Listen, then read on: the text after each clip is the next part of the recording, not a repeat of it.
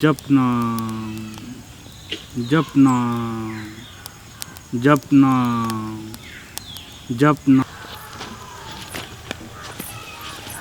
जपना जपना जपना जपना जपना।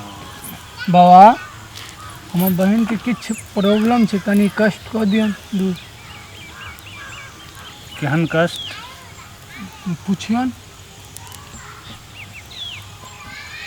कि अहाँके नहीं मालूम है? नहीं, हमरा नहीं पता, कनी पूछ लियन। की कष्ट है से बच्ची?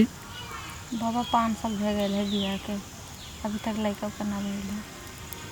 अहाँके पति कतऽ रहै छथि? बाहर है, कते दिन से नहीं एलैथ है? 8 महीना से। यह तो बहुत बड़का अनर्थ कर रहल छी अहाँ सब। कम से कम पति पत्नी तो साथ में रहल करू।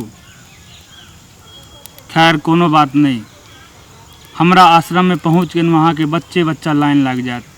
जपना जपना। बच्चा अहाँ कनी हमरा आश्रम में जाकर घूमू, तब तक हम हिनका कनी चेकअप कऽ लै छियनि। ठीक छै बाबा। बच्ची कनी और एम्हर आबि के बैसू।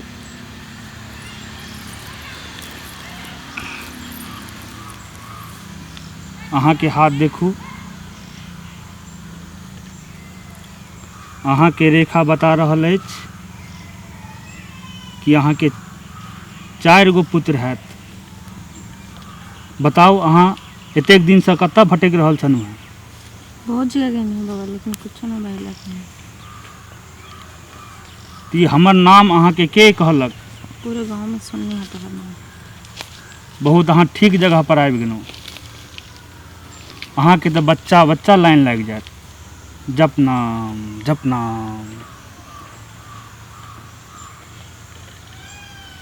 अहाँ के एहि बाबा के किछ खुराक लेबऽ पड़त। ठीक है बाबा। मंजूर अछि? अहाँ के मंजूर अछि?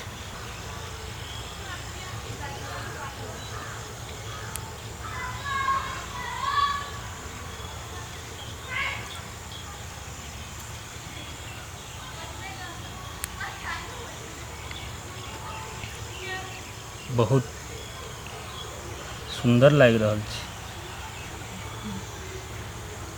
बाबा ये गलत कर रहल छे।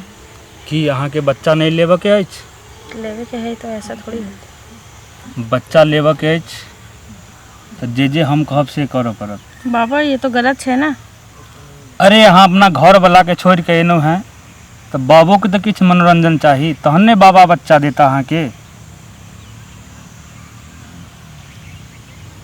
अगर अहाँ के बच्चा नहीं चाही तो जा सकै छी आश्रम से।